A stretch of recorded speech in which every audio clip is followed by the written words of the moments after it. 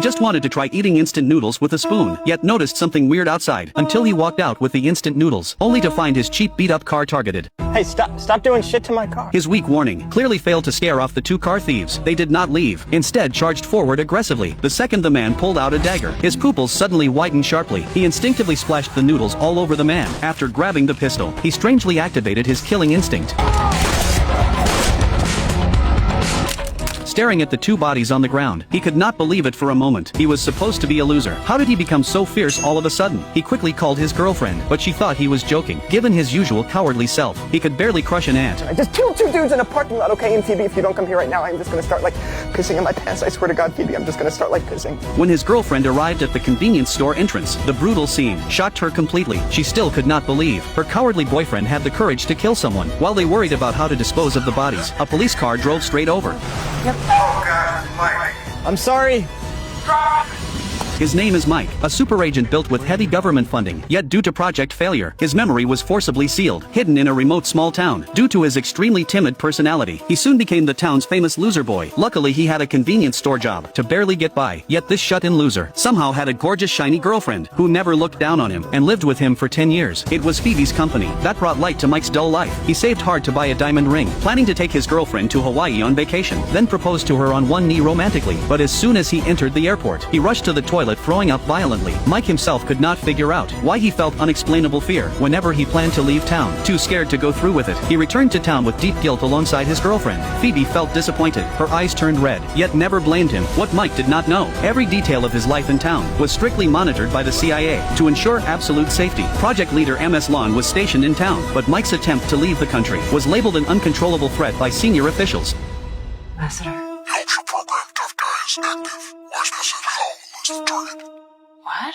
He'll be eliminated within 24 hours. After receiving the coded message, MS Lon immediately protested to her superior, demanding the elimination mission be stopped. Mike was the only survivor of the modification project, the fruit of her lifelong hard work. If their only survivor died, billions of dollars of investment would go to waste. But her superior did not care. Only eliminating all potential threats could secure his position in the agency. You're my fucking dog here, okay? Now get the fuck out of my fucking office. She already saw Mike as her own child, now humiliated face-to-face by her superior. MS Lon refused to give up, driving back to town right away. After finding Mike at the convenience store, she decided to illegally unlock his potential. Mandelbrot set is in motion. Echo choir has breached.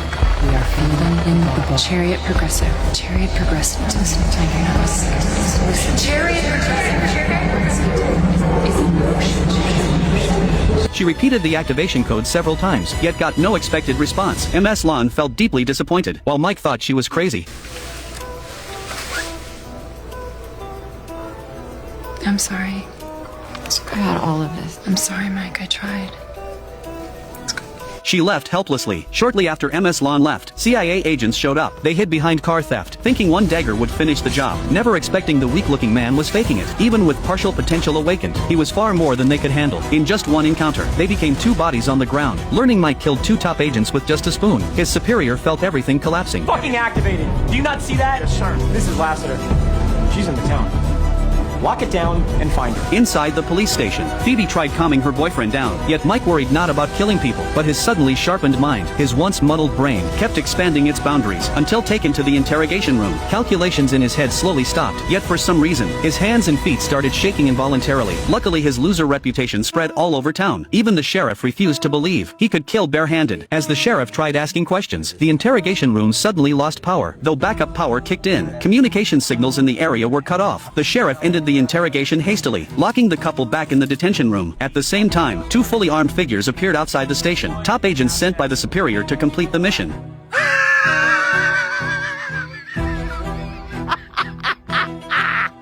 After wild laughter, the codenamed She-Man charged first, storming the police station with a machine gun.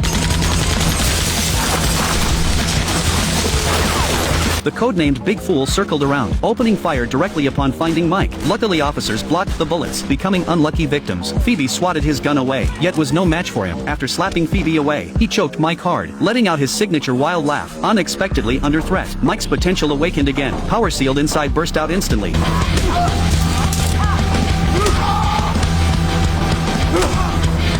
until he could no longer laugh. Mike turned and rushed out of the cell, locking the fool inside. As She-Man prepared to kill the sheriff, she spotted the escaping couple on surveillance, smashing the glass instantly, cutting off their escape route. They had nowhere to hide, while the man toyed with them like a cat. Unexpectedly, the sheriff dragged his last breath, chaining the man to a chair.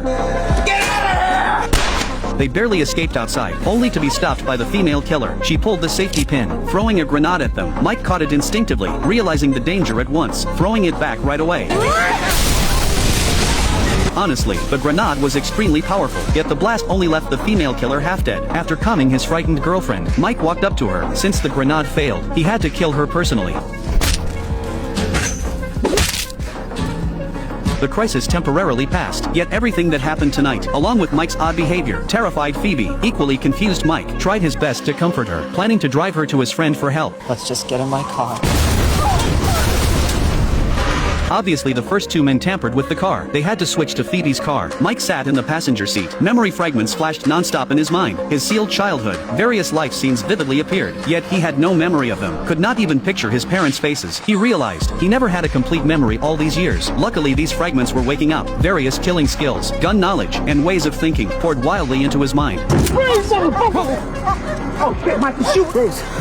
What the fuck you doing here, man? Can we come over? Yo, get inside right now, man! Ross was a small-time drug dealer, Mike's only close friend. The military had blocked the whole town, hunting Mike and MS Lon, claiming they contacted lab monkeys, needing full quarantine checks. The fuck do you know, that monkey fucking motherfucker, man? Something very weird is happening to me tonight, okay? And I don't know what it is, but I keep, like, killing people, okay? And there's a chance I may be a robot. Oh shit. Yo, wait, look at the fucking monkey virus. Though Mike tried explaining, Ross refused to believe. In an instant, Mike snatched his pistol, shocking Ross completely. Though he had no plan to report Mike, fearful of catching the virus, he locked them alone in the basement. Fluorescent lights upset Phoebe greatly, while Mike looked amused, even slightly excited. Little did they know, CIA's manhunt had begun. One agent pumped poison gas inside through air vents. Another shot directly, killing Ross and others without hesitation. Sensing danger, Mike rushed to the door, with over half his potential unlocked. Dealing with such men was easy. Noticing gas spreading fast, Phoebe grabbed a gas mask for herself, then pulled Mike to escape. With one confident raise of his hand, he killed the gas-releasing agent instantly. Seeing Mike throwing up violently, Phoebe found antidote from the agent, injecting it into Mike. Dropping her usual softness, she shouted at Mike loudly, begging him not to pass out. Yet under gas influence, memories of his girlfriend flashed in Mike's mind. These fragments felt strange yet familiar, proving one thing clearly: Phoebe's identity was never as simple as it seemed. He pushed Phoebe away, questioning her about the truth. Under Mike's pressing questions, Phoebe finally admitted her agent identity. She also worked for the CIA, tasked with monitoring amnesiac Mike, ensuring he acted normally. Learning the truth, Mike broke down. The girlfriend he loved deeply turned out to be his watcher. Mike ran away wildly. Phoebe chased closely behind. One tried hard to explain. The other only felt heartbroken. After years together, she had long fallen for kind Mike, yet Mike lost control emotionally, refusing to listen to her. While they argued, a military Hummer crashed into them.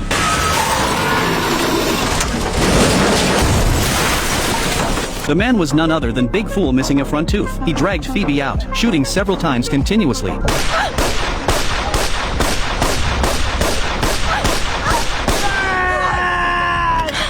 I'm supposed to bring you in alive. Mike's leg got trapped. Big Fool poured gasoline all over the car, burning Mike alive, to avenge his humiliation. Seeing Phoebe brought back by Big Fool, the superior rushed over right away. Phoebe Selberg, she who'd rather suck some stoner's cock than turn herself back in for debrief, is gonna question my authorization? I've read your file. You have no secrets from me. Yet right after he showed off, he got bad news from his men. Mike survived the fire, appearing near a gas station unharmed. At the last second of the car explosion, MS Lon showed up and saved Mike. Who are you? And what did they do with my girlfriend?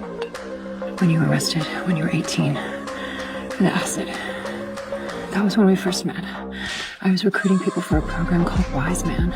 MS Lon told him the whole truth. 4 years ago, to create super agents, the government launched a secret human modification project, trying to rewrite genes to unlock more human potential. Yet due to technical flaws, only Mike survived out of 300 test subjects. The project had to stop. Mike nearly got eliminated too. MS Lon used all her resources, convincing seniors to seal Mike's memory, hiding him in the remote town. Phoebe, as his monitor, actually finished her duty years ago, yet she refused her superior's transfer order, insisting on staying with Mike. Only then did he he finally understand Phoebe's feelings. Yet before he could do anything, enemies broke in. Seeing MS Lon injured, Mike flew into rage, sentencing the man to death directly. The other agent dared not hesitate, opening fire continuously. Facing full power attacks, Mike could barely lift his head as he wondered how to fight back. A frying pan flew toward him. After quick calculations, Mike tossed the pan in the air, seeming casual, yet with precise calculations.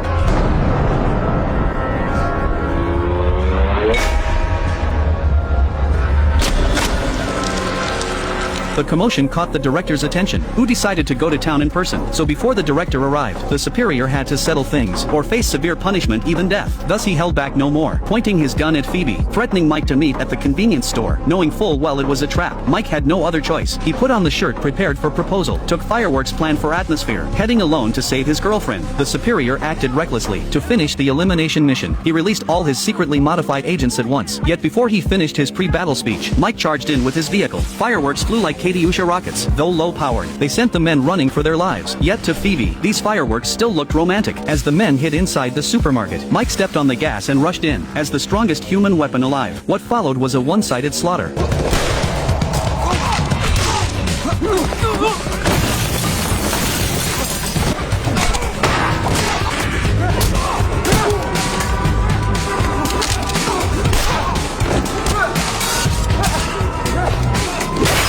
Mike fought harder, his genes fully awakened. He lit the last firework, grabbing a sledgehammer and charging forward. With constant screams and tearing sounds, Mike killed all of them. After some time, two figures appeared from thick smoke, helping each other walk out of the supermarket. The outside was fully surrounded by the military. Under helicopter searchlights, Mike made a decision. He knelt on one knee before Phoebe, taking out the long-prepared diamond ring, moved deeply by this unique proposal. Yet right after Mike put the ring on her finger, a single man ruined the moment.